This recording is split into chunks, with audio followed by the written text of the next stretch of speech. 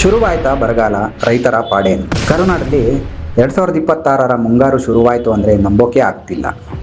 ಮಲೆನಾಡಿನಿಂದ ಕೋಲಾರದವರೆಗೆ, ಬೆಳಗಾವಿಯಿಂದ ತುಮಕೂರಿನವರೆಗೆ ಎಲ್ಲೆಡೆ ಒಂದೇ ಪ್ರಶ್ನೆ, ಮಳೆ ಎಲ್ಲಿ ಅಂತ.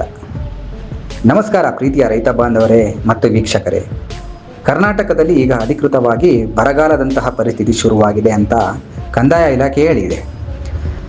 ನಮ್ಮ ಜಲಾಶಯಗಳು ಡೆಡ್ ಸ್ಟೋರೇಜ್ಗೆ ಹೋಗಿವೆ, ಭೂಮಿ ಬಿರುಕು ಬಿಟ್ಟಿದೆ. ಈ ವಿಡಿಯೋದಲ್ಲಿ ನಾನು ಜಿಲ್ಲೆವಾರು ಯಾವ ಜಿಲ್ಲೆಗೆ ಎಷ್ಟು ಹೊಡೆತ, ನಮ್ಮ KRS, ಆಲಮಟ್ಟಿ, ತುಂಗಭದ್ರಾ ಡ್ಯಾಮ್ಗಳಲ್ಲಿ ಎಷ್ಟು ನೀರಿದೆ ಮತ್ತು ನಮ್ಮ ಸರ್ಕಾರ ಏನು ಹೇಳ್ತಾ ಇದೆ ಅನ್ನೋ ಸಂಪೂರ್ಣ ಮಾಹಿತಿ ಕೊಡ್ತೀನಿ ಬನ್ನಿ. ಮೊದಲು ಮಳೆ ಯಾಕೆ ಇಲ್ಲ?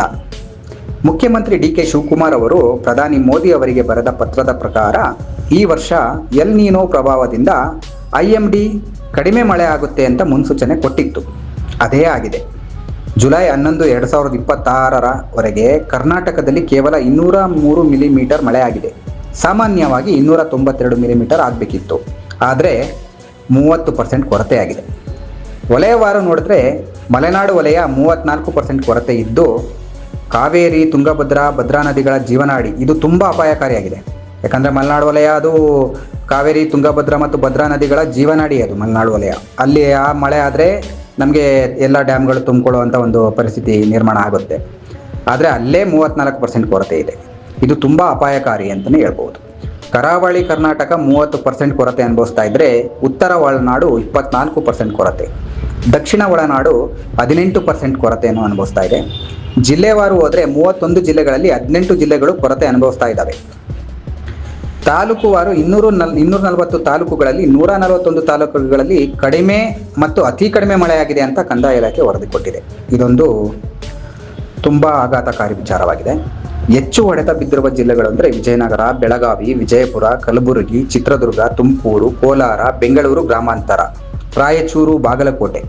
ಹೀಗೆ ಕಂದಾಯ ಸಚಿವ G. ಪರಮೇಶ್ವರ್ ಅವರು ಬೆಳಗಾವಿ, ಚಿತ್ರದುರ್ಗ, ತುಮಕೂರು ಜಿಲ್ಲೆಗಳಲ್ಲಿ ಸಭೆ ನಡೆಸಿ ತುರ್ತು ಕ್ರಮಕ್ಕೆ ಸೂಚನೆ ಕೊಟ್ಟಿದ್ದಾರೆ. ರೈತರಿಗೆ ಏನಾಗಿದೆ? ಈಗ ರೈತರು ಮುಂಗಾರು ಬಿತ್ತನೆ ಕುಂಠಿತವಾಗಿದೆ.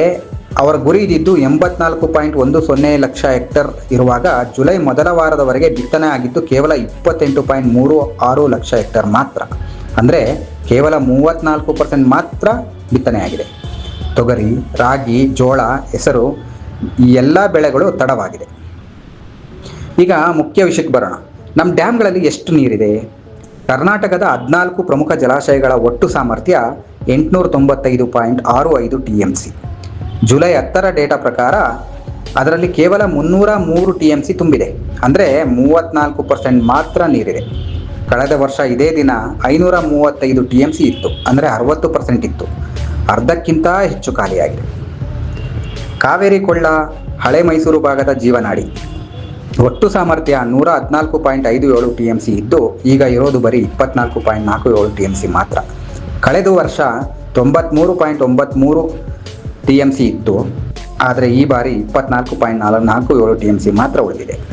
KRS ಡ್ಯಾಮ್ ಜುಲೈ 2ಕ್ಕೆ 80.82 ಅಡಿ ಇತ್ತು.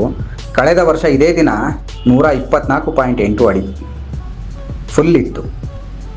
ಸಂಗ್ರಹ 6.75 TMC ಮಾತ್ರ. ಕಳೆದ ವರ್ಷ 45.5 TMC ಇತ್ತು.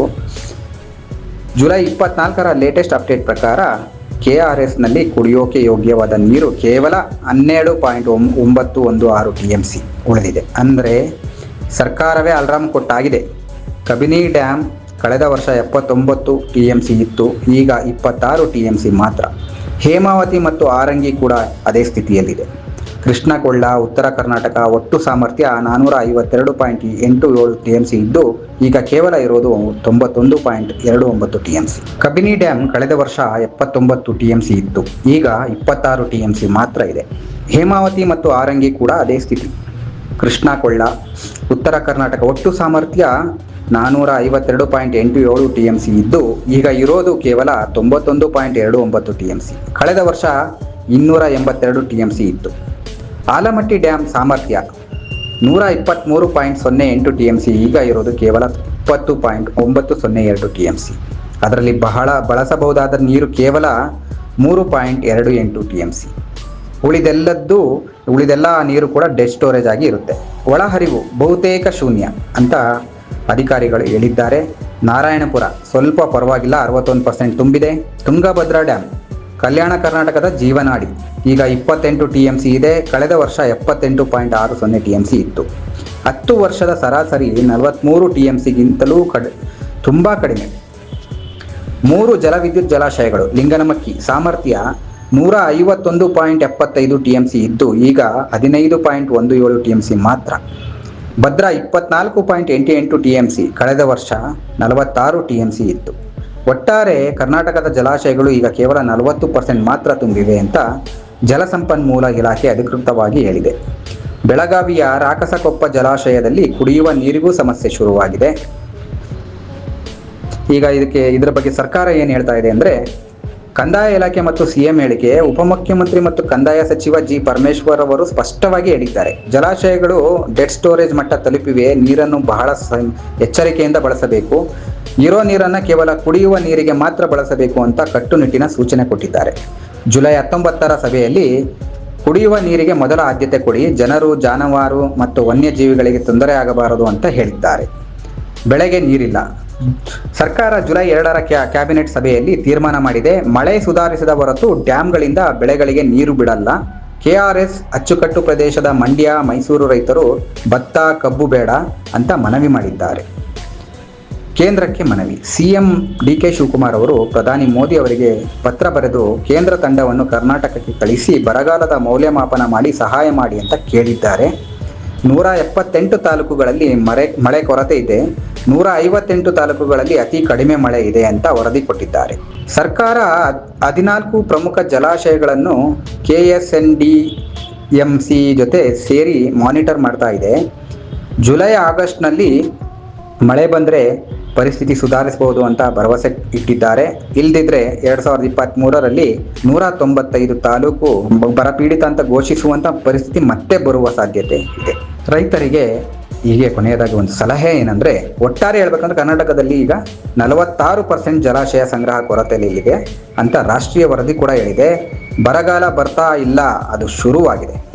ರೈತ ಸಹೋದರರೇ, ಸರ್ಕಾರ ಕಂಟಿಜೆನ್ಸಿ ಪ್ಲಾನ್ನಲ್ಲಿ ಒಣ ಬೇಸಾಯ ಬೆಳೆಗಳಿಗೆ ಸಲಹೆ ಕೊಟ್ಟಿದೆ. ನೀರಿನ ಅವಶ್ಯಕತೆ ಕಡಿಮೆ ಇರುವ ಜೋಳ, ಸಜ್ಜೆ, ಅಲಸಂದೆ ತರಹದ ಬೆಳೆಗಳನ್ನು ಆಯ್ಕೆ ಮಾಡಿ ಬೋರ್ವೆಲ್ಗಳಿಗೆ GPS ರೆಕಾರ್ಡ್ ಮಾಡಿಸಿ ಸಬ್ಸಿಡಿ ಪಡೆಯಿರಿ ಅಂತ ಕಂದಾಯ ಇಲಾಖೆ ಹೇಳಿದೆ. ಈ ವಿಡಿಯೋ ಇಷ್ಟ ಆಗಿದ್ದಲ್ಲಿ ಶೇರ್ ಮಾಡಿ ಹಾಗೂ ನಿಮ್ಮ ಊರು ಮತ್ತು ನಿಮ್ಮ ಜಿಲ್ಲೆಯ ಪರಿಸ್ಥಿತಿ ಹೇಗಿದೆ ಅಂತ ಕಾಮೆಂಟ್ನಲ್ಲಿ ತಿಳಿಸಿ. ಧನ್ಯವಾದಗಳು.